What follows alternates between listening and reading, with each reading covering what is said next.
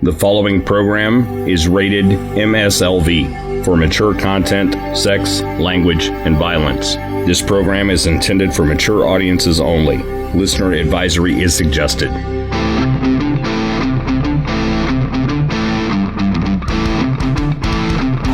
bangs him hard with a shot. Big right hand. Oh, that hurt him. He's out. He just got hit with a massive left hook. Oh, straight 1-2 that rocks Sertucci. And a long right hand over the top. Pavlik is showing no fear whatsoever as he lands long right hands into the grill of Miranda. And this is stoppage time.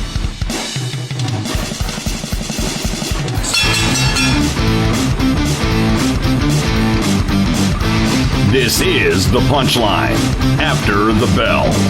Warning. The following program is a realish documentary and may contain language which is vulgar, offensive, or grammatically awkward. Such language has been censored whenever possible, but for the sake of higher ratings, we may have let a few gratuitous and especially titillating instances slide. This is The Punchline, after the bell.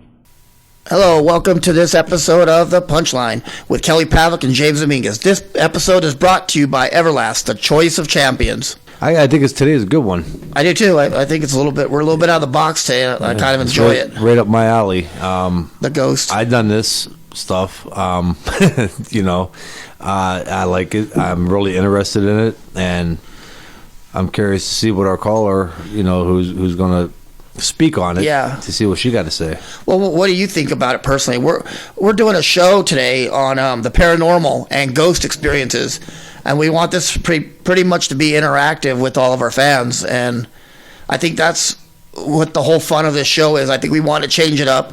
We don't want everything to be boxing. That wears on all of us. I know some of the fans, and that's what they like, but I promise you we'll get to boxing. I guarantee it. This weekend we'll have another great boxing show, but we just kind of wanted to show other things that's out there. Diversity, exactly. Yeah, no, you know what? I haven't had many experiences with paranormal things. Do I believe in it? Yes, I do. I know people. As a matter of fact, my dad has witnessed, being in a service and in the Navy. Yeah. My brother Michael, working in the medical field, has witnessed, and they have their experiences. I have had a handful of them, but is it to the point where I could call it, a haunting or a paranormal site? Not really. Yeah. I've had a couple things myself. Yeah, and I was, one time doing that, and, I know that there was something in there. You didn't have to see it. It's hard to explain if nobody's ever been around it, but I didn't have to see it. I know I felt it, though.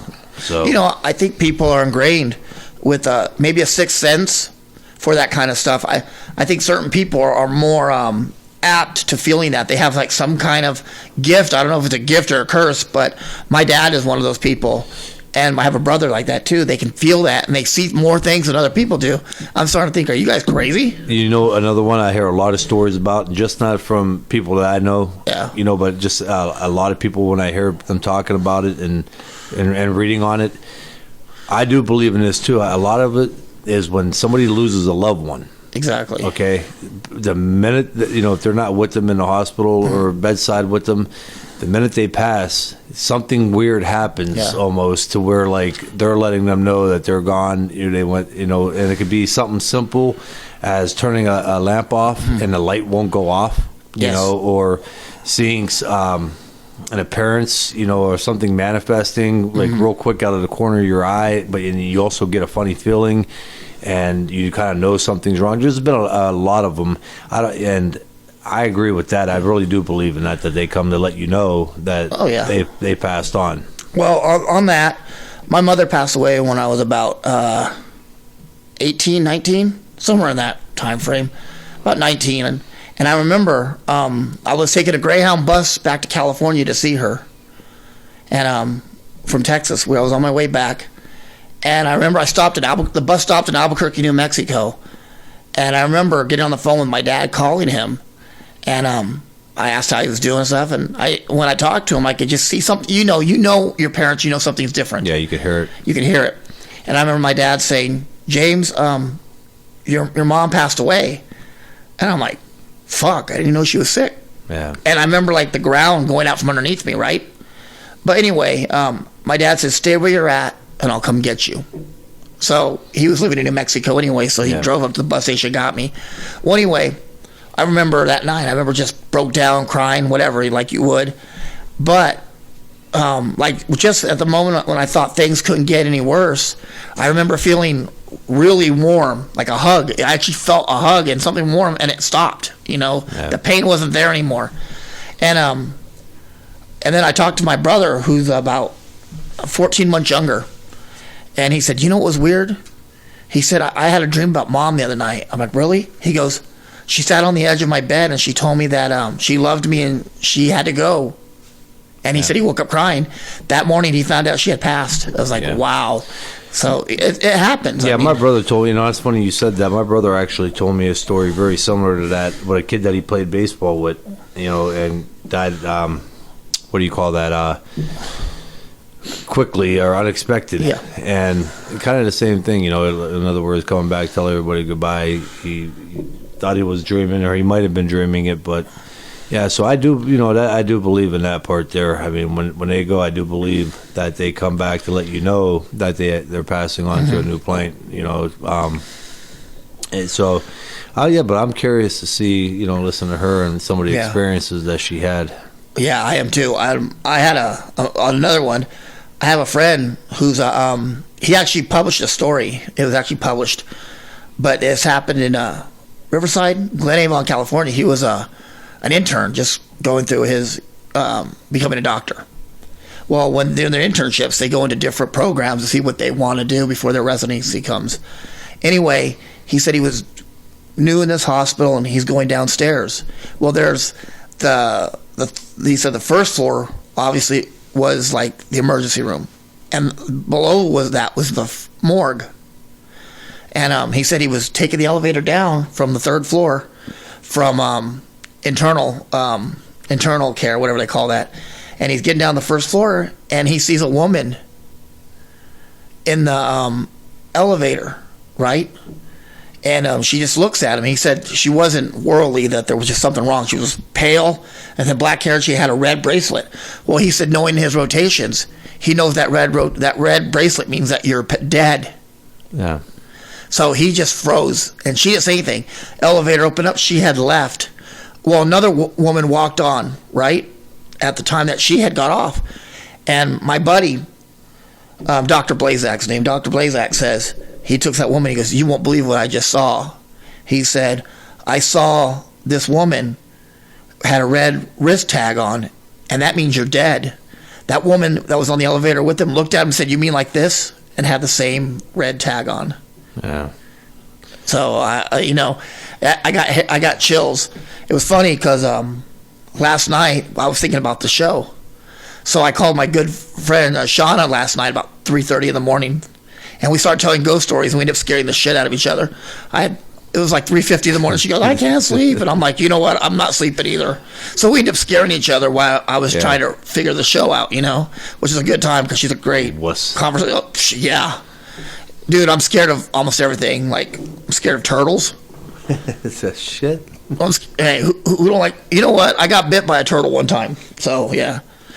Me and my dad picked a turtle up on the side of the road. And it had bit me, and then my dad grabbed it, and it bit him. This was the early 80s when, drinking and driving was safe. So we're driving down the road, and my dad's drinking. It wasn't safe, it was just casual. Yeah, well, I'm in the front seat, and this turtle is hanging onto my dad's finger for dear life, this desert turtle, right? Mm-hmm. Biting the shit out of him. And every time he'd hit a bump, the turtle would bite. James. Huh. But a turtle's not a ghost. Let me get to the story. Let me finish the story now. We're not at that point yet. I know we're never at that point. You gotta listen to the turtle story, all right? Okay. All right, listen to the turtle story. So every time we hit the bump, the turtle bites down harder. Listen. Well, he grabs his vodka and he starts dumping it on the turtle's eyes, trying to make the turtle let go. But all he was doing was getting the turtle drunk. And pissed off on Pissed vodka. Off. But the turtle, I've never seen a human dump. You lucky that wasn't a Russian turtle. Dude, he would have loved it, wouldn't he? He would have called all his friends. Yeah. He would have called all his friends. Well, they said, yeah. So yeah, I mean we're running off at different things. Like Gavlakian or Triple G Or Kovalev. Well, Max, What is Max? boxing. I felt like animal in there. Hey, it could be like Kovalev. A lot of people don't realize what his training regimen is. You know, they ask. I said, oh, he likes peanut butter, cartons of Marlboro, and gallons of vodka. That's part of his training regimen. Now, James, you are saying that. I have nothing to do with that because I'm not out in Oxnard and I've never seen it, so I'm not saying that is part of his training regimen. I'm saying it's part of his But training. listen, you know, I thought some of these last couple of shows have been going really good, but people are going to really start worrying about us because we went straight from ghosts and paranormal and morgues in the hospital to a drunken turtle and Special K, Kovalev. You know what? It's been a long day. You brought up Russians. I digress from Russians to Kovalev, and you were doing the whole Triple G Mox. So you know that's where we were going with that. But let's get on task. Max is boxing.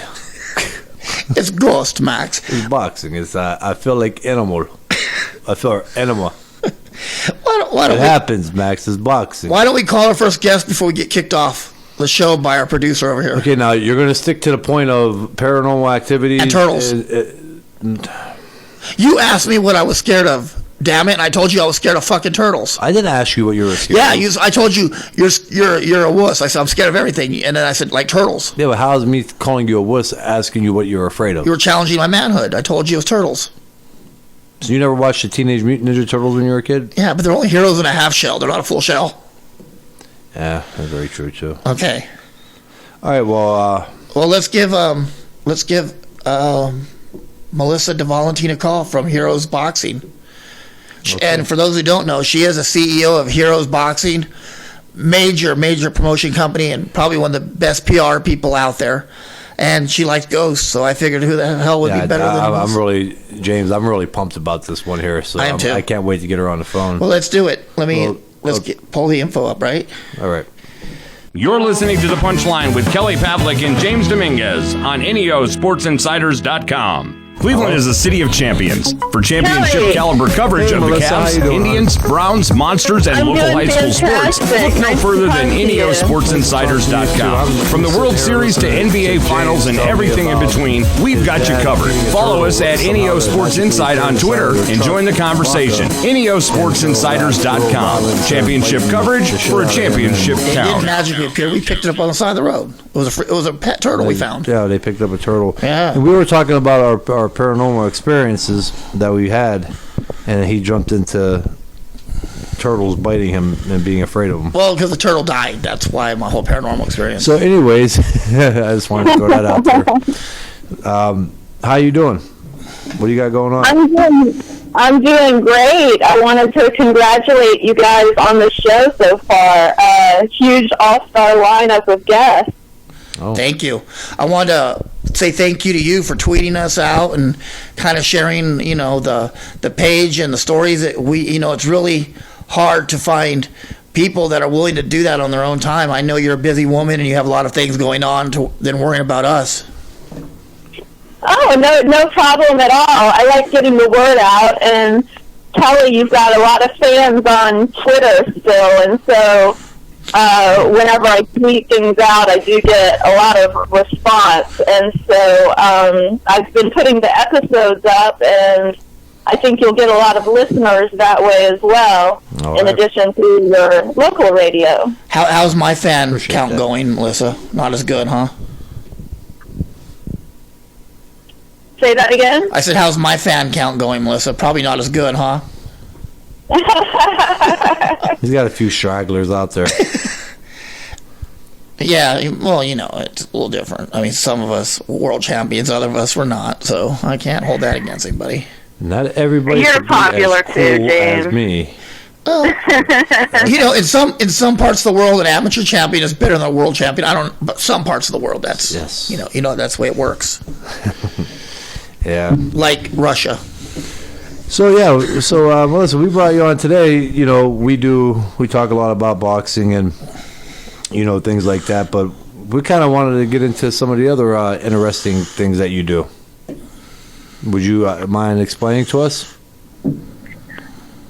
Well, I wanted to tell some ghost stories. Yes, that's what I was waiting to hear. Let's see. I have some scary stories, but I thought I'd tell a funny one first because there's a lesson involved, and Well, why don't you tell the maybe funny one people might after? learn from I just it. wanted to let you know before you go on with these stories. A handful of years ago, I was really big into that, and I found a house in Ohio. Googled, it was supposed to be the most haunted house in Ohio, and and it was only 4 blocks away from me, and it was really fun. But so I was really involved in that, and I liked it a lot.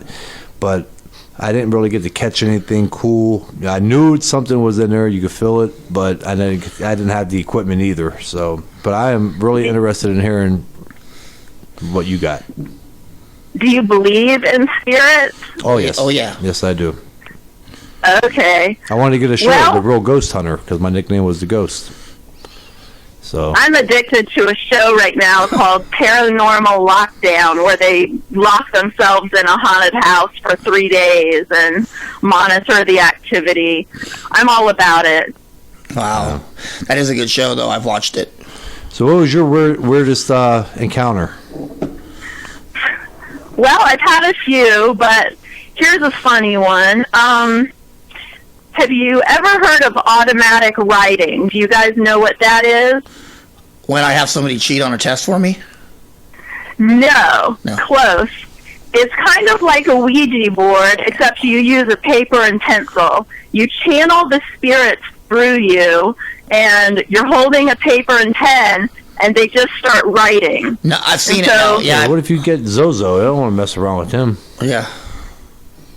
Well, That's from I my wanted second. to mess around with them. But a friend, so my best friend was kind of talented at that sort of thing. Uh-huh. And we were sitting around one night and we thought, if we're talking to ghosts and psychics, how come psychics never win the lottery, right? True. Or when they If do they're those... so Yeah, or when they do those writings, you never get one that says, eat more chicken. Exactly. And so we thought, you know what? We should ask. She was channeling her dead Aunt Nell and asking Nell all these questions Yeah. about the afterlife. And we thought, let's ask Aunt Nell for lottery numbers, damn it. Yeah. So we asked her, and my friend started channeling and sat there, and Aunt Nell, she started writing, and she spit out 5 numbers really quickly. And we thought, this is great, but the lottery has 6 numbers. Mm-hmm. And so we said, Dead Aunt Nell, we need a 6 number from you. And nothing happened, just gibberish and scribbles. For over an hour we tried, because by then we were really convinced we were going to win the lottery. Yeah. Or that was And the date that you guys somebody was going to die. No, we were sure we had the winning numbers. Do you know And what? finally, after an hour, she spit out a 6th number. Did it say and, drink more Ovaltine? What? Did it say drink more Ovaltine? Yeah. That's a Christmas Story joke. Remember that?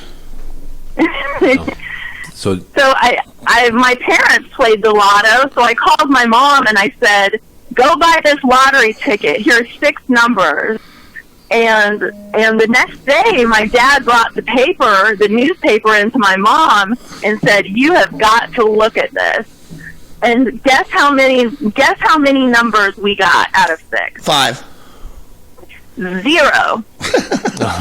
We got 0, and here's the thing. In Florida, there's a game called the Fantasy 5, Yeah. and we won the Fantasy 5 Wow. that we did not enter. Oh, wow. And my parents can verify this.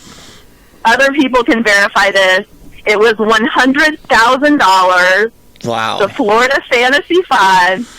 And the lesson was, if we just would have taken what she gave us, Yeah. if we just would have taken, here's to the convenience store, here's 5 numbers, I want to play the lottery. It's called the Fantasy 5.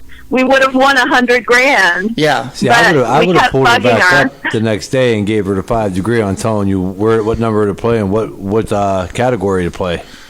You know, you gave me the Right. number, but you didn't give it for like what? And also, you never, that's what you get for looking a gift horse in the mouth. You know what I mean? She gave you a gift and you guys were trying to get all creative. Exactly. We just should have taken what we were given, the 5 easy numbers. So I won nothing, but I did sort of kind of win the lottery because a spirit gave me the Fantasy 5 exact. That's kind of cool, though. So, And you never pursued it since then either, like pulling up more and seeing if they could just toss you some random numbers to get you a lottery hit? the next time we tried it, she wouldn't do anything but scribble. Really? She was pissed. Yeah, I don't blame her. I was on me and Kelly were on a Ouija board, what was it, about 3 weeks ago? And me and Kelly were on there, and we were messing around with it, and I said, watch this, Kelly. So I put it on there, and I wrote, send more nudes, and that fucking Ouija board, you know what it told me? It said, I have a boyfriend. I was like, what? I just got curved by a Ouija board. That's when you should take 2 weeks off and quit. Yeah, I had to, what do they say, take a knee and sit that play out, right? Yeah. But, we got our producer here, too. He has a good ghost story, but we're going to hear another one from you, and then I want you to comment on his story since you're into it and Okay. You could explain to him or you guys can talk about that a little bit. I want to get him on, though, because he started talking about it, and I kind of cut him off because I wanted him to get the headphones and microphones ready for the show. Yeah. And have them on. So I can tell one more ghost story? You can tell as many as you want. You're going to have more, definitely. You're the star here, hon. Not us. Yep. Well, I have one more that's good. I call it the mystery of the haunted hotel room. Wow. And years ago, I was on a business trip in Spain, one city a day, and so lots of traveling. And one night we didn't arrive at our hotel until late at night. They'd already stopped serving dinner. They had this mystery meat stew left over, and I don't even eat. I'm a vegetarian, and I was really tired and in a bad mood. They didn't have good wine. I was very spoiled back then. You were? Yeah. Melissa, the come building, on. it was You still a are. historic hotel, hundreds of years old. Yeah. The building was hundreds of years old, and I was just in a mood, and I wasn't appreciative of the hotel, so I just went to bed, and actually I ate a protein bar I found in my suitcase, and I went to bed kind of pissed off, and something woke me up, and I woke up, and I saw a woman standing at the foot of my bed. Wow. And she looked like she was wearing sort of a maid uniform and carrying a set of sheets in her arms. And they'd already put me in a crappy room by the kitchen and by the stairwell. Yeah. And my first thought was, oh, great, now you're showing up at 11 p.m. to turn the bed down? This is the worst hotel I've ever stayed in. And as soon as I thought that, I realized, wait a minute, this isn't a real woman. This is because I could see her, but the room was pitch black. It had blackout shades. It was at night, and I see this woman at the end of the bed, and so I'm paralyzed with fear, and I reach behind me to try to turn on the light, and I can't reach it without looking away from her. Wow. And I didn't want to look away from her. And finally, I just lunged for the light as quick as I could. And when I turned on the light, she disappeared. Wow. Thank goodness. Yeah. And I tried to calm down. I slept. I left the light on, and I was scared to fall asleep. But I was so tired, and it was so late, that I would start nodding off every once in a while. Yeah. And every time I nodded off, a force would hit me in the chest super hard. And I would go straight up in bed, like gasping from it. And it happened over and over every time I drifted off. And it was like angry. And seeing a ghost sucks. first of all. Yeah. But having one hitting you sucks even worse. I've been there. And so really I don't know why, right in the solar plexus, man, like getting punched right in the solar plexus. Wow. Over and over. Do you have any idea why I was angry or anything like that? I think she was angry because I was unappreciative. I didn't like the hotel. Yeah. I was bitchy and in a bad mood and complaining, and you know, whether this person worked there or who knows, might have owned it way back when. They were probably proud of their establishment, and here comes this, you know, unappreciative traveler. Yeah. I don't know why. Yeah, my dad had one like that. Actually, it was I was early in my career, and we were saying, and I think that movie just came out, Room 405 or whatever that was. Yeah. And he was staying in a room, and it was literally two rooms off from that number of that movie. Uh-huh. And he just watched that movie not too long ago before that, and I don't know if that was in his head, but throughout the day, things kept happening to him in the hotel. You know, my trainer and everybody was gone. We had the adjoining rooms, so I was over in the one room, but we kept the door open. You know, so I stayed with my trainer. He stayed with my corner man, and you know, he heard things going on. And that's how I knew he wouldn't lie about it or make it up. And actually, when my corner man came, who was staying, you know, with me, he was telling him about it. And so Brian Zorich was the guy's name, the corner man. Was he the good fruit getter? Yeah, he was. All right. So my dad's telling him about it. He's going, "Hey, Brian, this room's fucked up. You know, like there's things happening that's not normal." He goes, "I was taking a bath this morning." He goes, "Everybody was down at breakfast." He goes, "And the TV went on." He goes, I didn't have the TV on this morning." He goes, "I turn the TV on after I get out. I have my coffee and I watch the news." He goes, "I heard." He goes, "I heard things moving around in here." And so going on, and finally, like later on that afternoon, we were sitting in the, I think my bedroom, and again the adjoining doors were open because we just walk, you know, through room to room. And Brian's sitting there and he talks real funny. Brian, you know, "Hey, oh, Mr. P, if that bathroom is or if that hotel is haunted, I believe in spirits, but I don't think that one's haunted." And next thing you know, like 5 minutes later, he looks over and he goes, "Hey, Mr. P, who turned that light on?" And it was right in where you walk into the room. And my dad goes, "This is what I'm telling you." And nobody went into that room now. And my dad's explaining, you know, it's like, "This is what I'm telling you." He goes, "Oh, I ain't staying in that room." He goes, "I'm staying right in this room where I'm at." Did he really snort like that? Yo, he snorted. His nose was broke so many times, and you know, box. He was a hell of a football player. His brother was Mike Zorich, who played for the Notre Dame, right? Yeah, Philadelphia Eagles and Arizona Cardinals. Yeah. But Brian, he was in there. He was a fighter. His face was just, you know, his nose got broke so many times. But yeah, that's how he talked. He goes, "Mr. P, you know, who turned that light on in there?" And yeah, so the hotels, I do believe. Well, think of how many people come through a hotel. I think your odds probably go way up for something to happen. It's true. And who knows what happens. I had crazy things happen in a Youngstown hotel one time.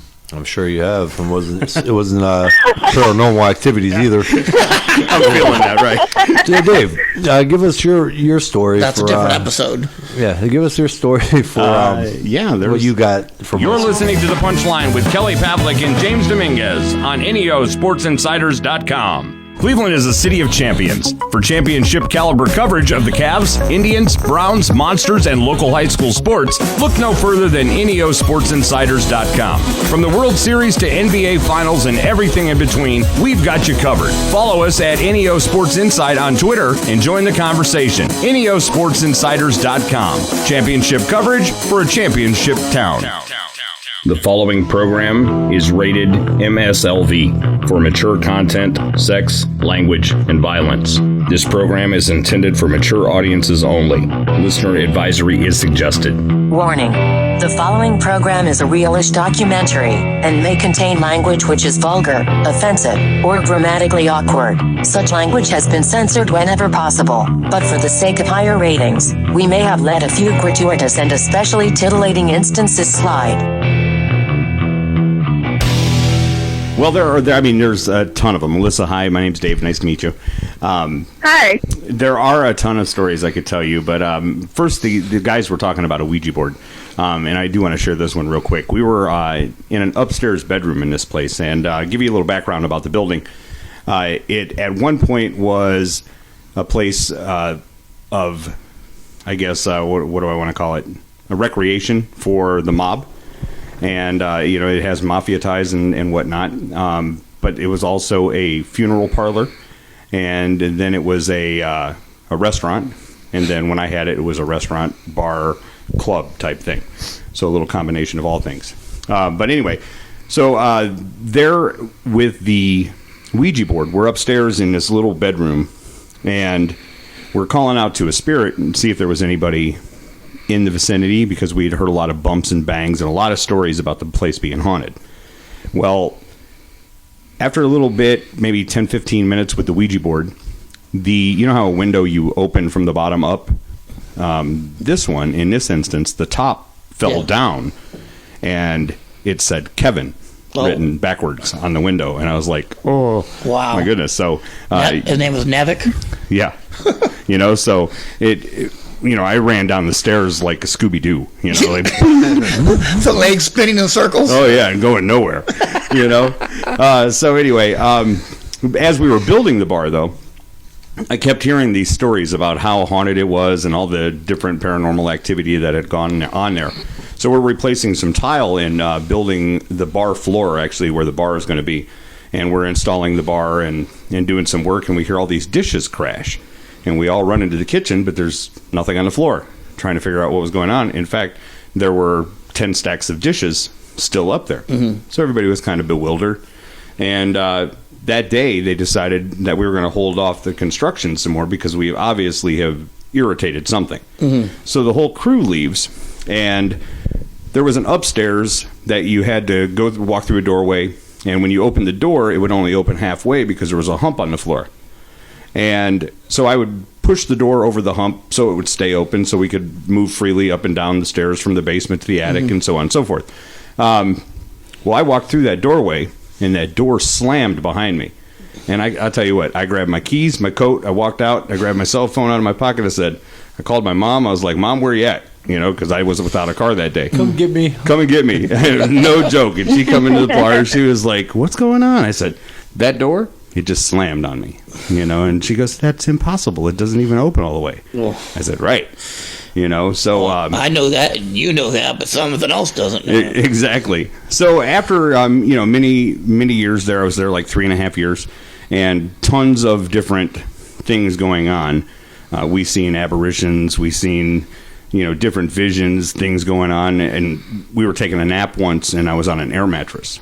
And something was holding me down, strangling me. That's happened. And I heard all these voices just mumble. And I was like, what in the world is going on? Mm-hmm. So I sat up, and my brother-in-law was there. And he's like, are you all right? He goes, something weird was just going on. I said, I know. And mind you, I'm sitting on this air mattress, and it's level. And then all of a sudden, the ends both popped up. Oh. So whatever was holding me down released, and so that was kind of spooky. But then I called the paranormal group and was having them come out. Nobody in the bar, no electricity running to the bar, and the bar burned down to the ground. And the fire marshal said that was an electrical fire. Yeah, but no electricity. I was like, but there's no electric. Yeah, there's been no electric. Wow. So yeah, there's a lot of stuff. So that's crazy. Yeah, absolutely. I totally believe in the paranormal. I've seen things with my own eyes. I've seen drinks get stirred on the bar. If somebody don't believe in the paranormal, and I'm not being mean, this is the truth. They're just stubborn. They're hard-headed, or they just want to have an argument. They're looking for an argument with somebody because there's too many incidents and over years and decades and centuries of things that have happened, and nobody just wakes up and says, boy, I seen that thing floating around and it was a real person, but I can see through them. Something was spotted. Yeah. People see it, and it's not just your mind, because a couple of times when I have noticed something when I was going to do it, it wasn't just the fact that I was expecting it and it was my mind playing tricks on me. Like, my mind wasn't on that, so my mind wasn't playing tricks on me, and I realized something wasn't right. Something just happened, and it was not explainable. And if it was explainable, the only thing was that it was a ghost. It was a paranormal site. Well, I think part of it is if people accept the reality of paranormal, they have to accept other things too that they're not ready to accept. I mean, for some, if you accept evil spirits or whatever, you're now what you're saying is, in essence, you're believing in Satan. Yeah. And if you're believing in Satan, God forbid that you believe in God now. Do you see? Exactly. To them, it's a slippery slope, so they would rather just not believe in anything, you know? Yeah, well, instead of just faith. What is that? Pentagon is like, or you know, instead of just facing, you know, whatever it is that science can explain away. There's some things that science can't explain. Yeah. And, you know, people get on the topic of calling this ghost supernatural and things like that. I never like to use the word supernatural. I have. But if you stop and think about it, I consider that, I don't know if Melissa agrees with me, but I consider that like of another nature. Do you know what I mean? I don't think it's supernatural. If it's of another nature than us. I don't know if I would believe it if it hadn't happened to me. Yeah. Yeah, exactly. You're right, and you know what state of mind you were in. You know, you knew that it was real, it was happening to you, and it wasn't just a matter of like a quick little instant where you thought you could sit there and shake it off and say, you know what, no, that wasn't a ghost, that was just maybe I moved my eyes too fast. Yeah. I would. That happened to you for a period of time. Yeah. You know? Yeah. Well, piggybacking off what Dave said, the first time I came to Ohio was 1995. Came here the winter of 95 to visit my godparents from California. So me and my brother got here, and, you know, at the time, I don't know if you guys remember, Nirvana Unplugged was huge. It was a huge album. But I remember my godparents, they lived in a little town called Mount Gilead, Ohio, which is out central Ohio, small little town. Well, the house they lived in was built in the 1850s, and it was an old mortuary, the house was. Which, it was actually inside the cemetery. There was graves right on the property, which didn't affect me because, you know, I never saw anything, never heard anything personally, so what do I care? Anyway, we're out one night. You know what I was doing? I was doing road work. That night road work, it was winter, I wanted to enjoy the snow, and I'm out doing this run. I get home, clean up and lay down, and I see my brother, he's sleeping on the couch, and he had that Discman on, but I could hear Nirvana Unplugged in the background. Lake of Fire, I think, or Plateau, one of the songs, I remember. Anyway, I go to lay down, and he was on the couch, so I lay down on the floor and covered up. Well, I remember I looked at the clock, it was about 3:19 a.m. I don't know why I played it, but it seemed like I was asleep for hours, you know what I mean? All of a sudden, I jumped up, because I felt the room get darker. I looked, it was 3:23 a.m. at this point. I was asleep 4 minutes. Anyway, at the moment that I did that, I felt pressure on my chest and on my wrist and my neck. I couldn't breathe, like everything. I was black. I literally thought I was dying at that moment. Like, I'm dead. You sure it wasn't cholesterol? You know, Casino's fine at 139. I'd probably. You could have that at I know. 100. No, this was not. This was something of another nature. You know, whatever it was very. It was volatile. Do you know what I mean? Yeah. You could just you could sense it. Well, all the years of Catholic school paid off because the only thing I could think of was the Hail Mary, full of grace. Remember that? Yeah. So I said it about, I don't know, So you're 15 allowed to times do in a that row. in school. And whatever it was released its grip, and I felt the room lighten up a little bit. But you ever have somebody grab your wrist and let go? After they hold it tight, you can feel the tingling. But see, That's what I felt. When they say that, I wonder if that's the way. A lot of people have the same experience as you do. You know, but they say that for spirits to manifest themselves, you know, they need energy. Yeah. You know, is that a form of way that they're trying to get energy? Is, you know, your body energy? Another one, and a question I have for Melissa. Here's the good one. Like I said, I do believe in it, and I'm not questioning it. Okay, but say for instance, like when you go back to Gettysburg. Yeah. Okay, and it was one of the most bloodiest wars in a battles in a civil war. Other than Antietam. Yeah. Well, yeah, exactly. But they see, you know, people say they hear them. They see them in their uniform marching through the fields. They hear them shooting the guns. My question is, I can understand a body or a soul coming out. Okay.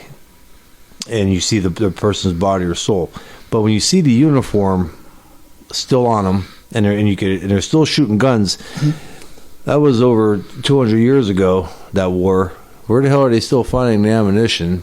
How does a gun become a spirit? How does the clothes become a spirit? You know what I mean by that? Like, Well- how is that gun still? Now I understand energy, Energy. and that gun is long gone. That gun was probably picked up by another soldier, or eventually, Yeah. became part of the soil. So how are they still able to carry a gun? How can you hear them shooting the gun? Well, with- I gotta understand the soul in the That body. part I don't understand either. Well, with what? Spirits Go aren't ahead. usually naked, though. They're usually wearing some kind of clothes. Yeah. When people say they see apparitions, they often describe what the apparition is wearing. Mm-hmm. Now, props like firearms and stuff, you got me there. I don't know either. Well, Yeah.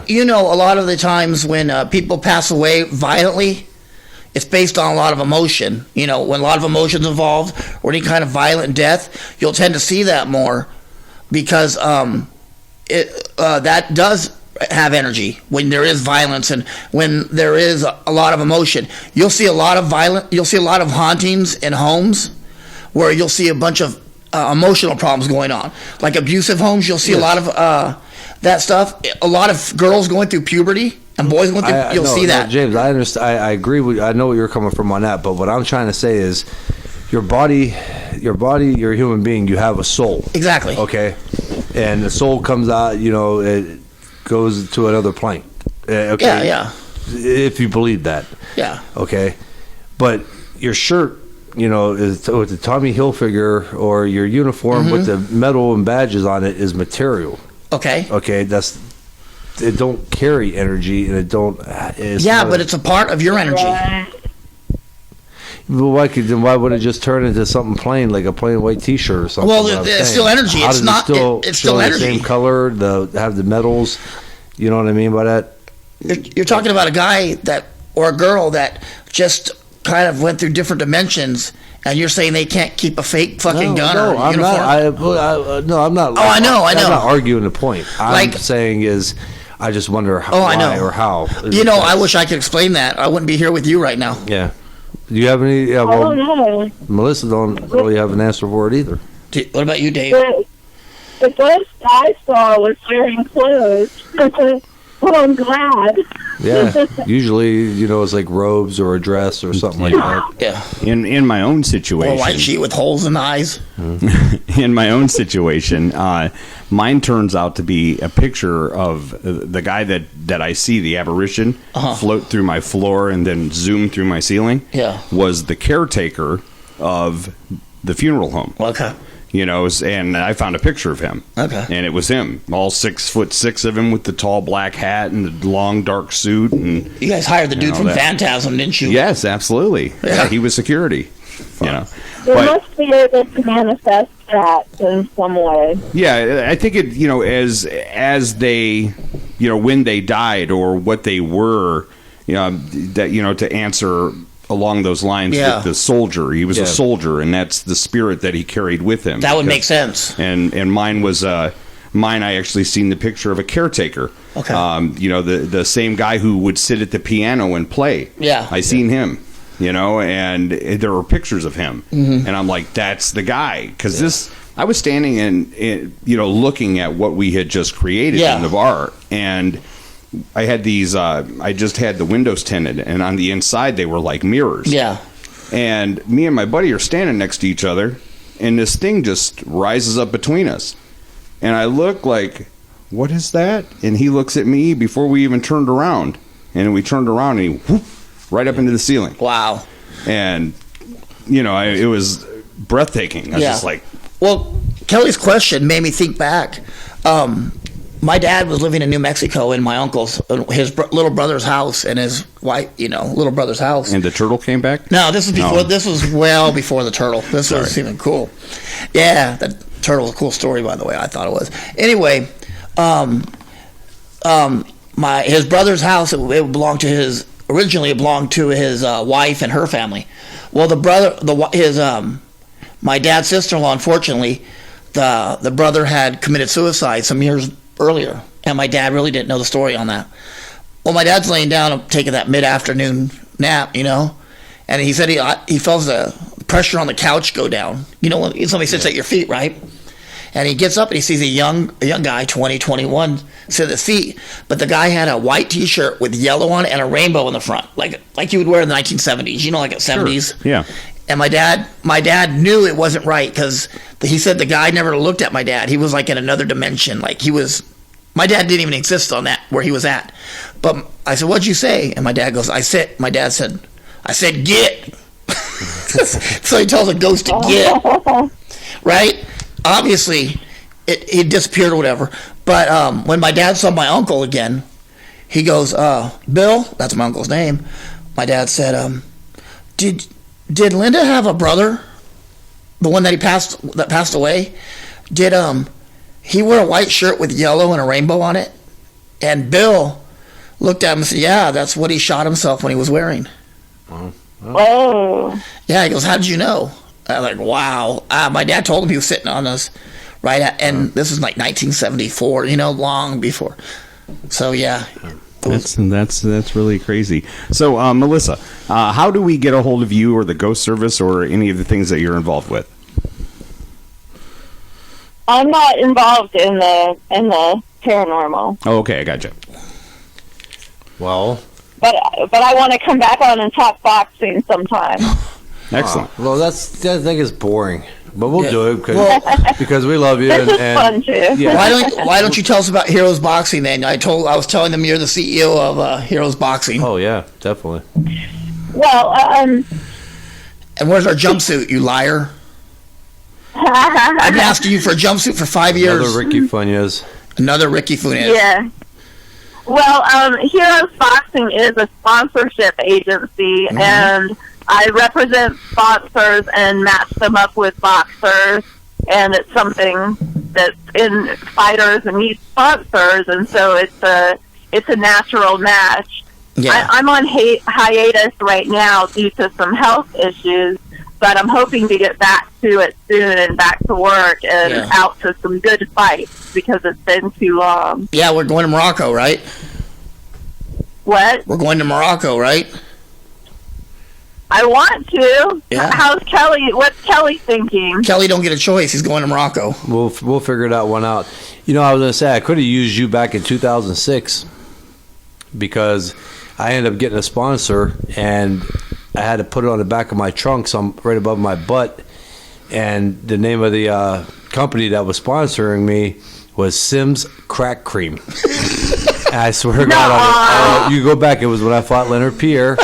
It was on. Oh man! Yeah, it was on the Versus Network, so you can Google it.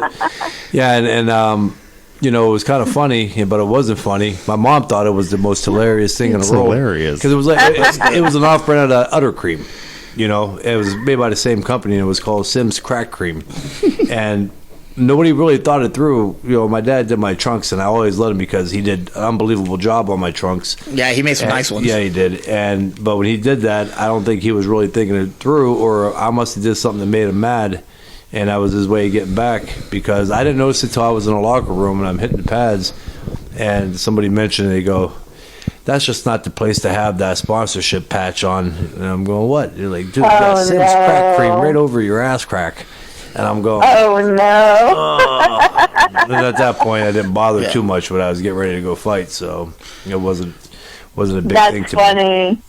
That's funny. I'll tell you a good. Well, thanks for having me on, guys. You're I welcome, Melissa. But I was going to tell one other story before you leave. Remember when I got all those jumpsuits for what fight was that? You got the red jumpsuits that was awesome. Brandon Rios and what was the other? Who was he fighting? Alvarado, right? Alvarado won? It was for the Alvarado fight, I believe. She made these red jumpsuits. I mean, these things were cherry. They were nice. And she said, she sent them all to Robert's gym. I don't know, thousands of dollars worth. And I said, so did you include my jumpsuit? $2,000. And she goes, well, yeah, I definitely would include yours. There's one for you in there. I get there. They open the box up, not a damn jumpsuit to be found. They went through it. They were beef. They went through and rat-fucked the whole box. Whoever did. there were people selling elotes on the side of the street, an ice cream man wearing those jumpsuits. You know what I mean? There were people I've never seen in my life wearing my jumpsuit. There were people not even involved in boxing wearing your jumpsuits. They were, like I said, the guy was making like corn with cheese on it, and he was wearing a jumpsuit. Wearing my jumpsuit. Yeah, exactly. That's funny.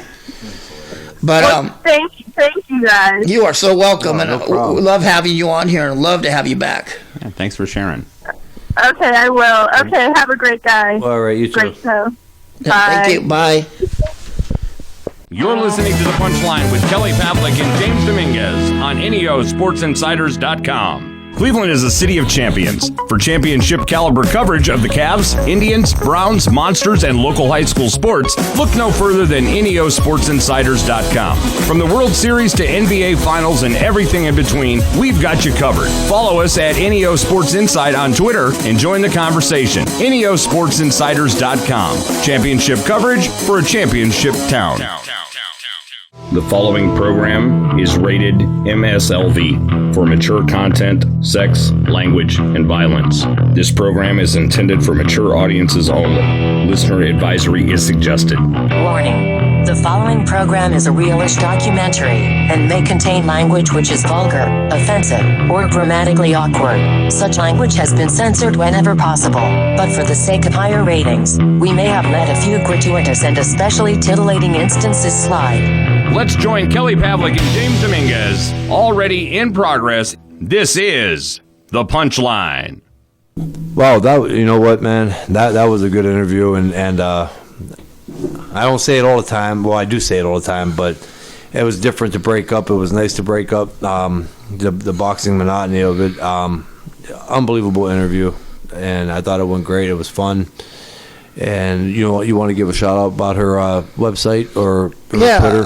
Go follow Heroes Boxing on Facebook, where you can find Melissa Dvalin at Twitter. You're able to follow her on there.